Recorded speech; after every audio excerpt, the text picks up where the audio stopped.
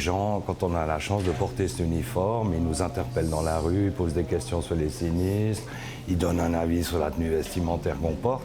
Et toute classe sociale confondue, hein, on a la chance de s'immerger vraiment dans Genève, dans des milieux extrêmement différents.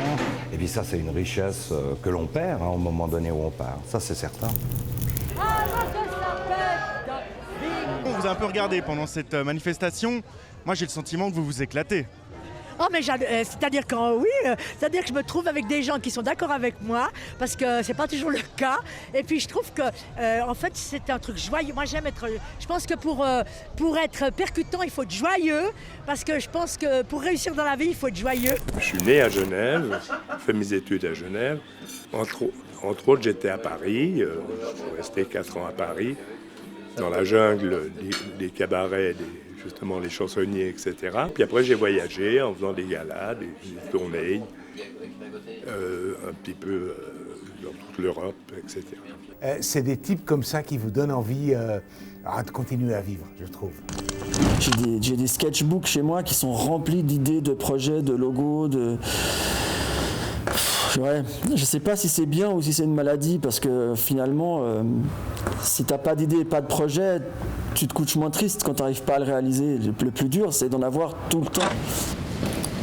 Par exemple, je sais que Chris Rivera, tous les jours, il laisse traîner ses affaires.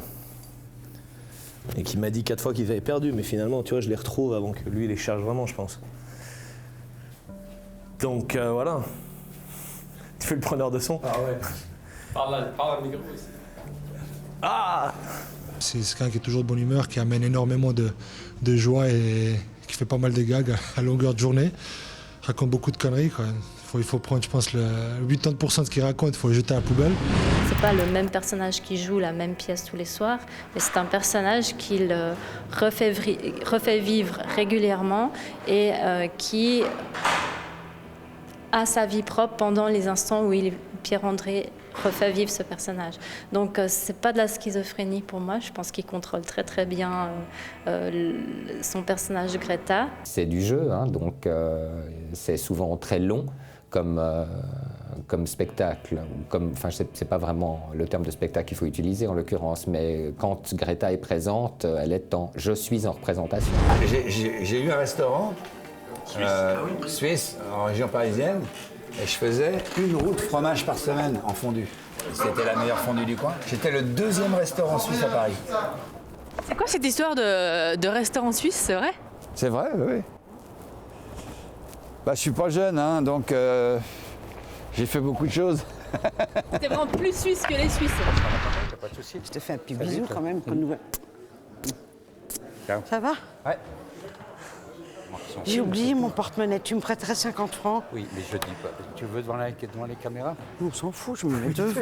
Non, parce que si je vais à la buvette, ils vont se dire ça y est, elle se fait payer. Ils vont et tout. dire de Dieu, c'est pas cher.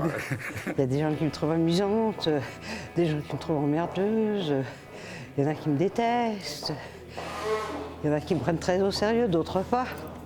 Un peu comme tout le monde, quoi.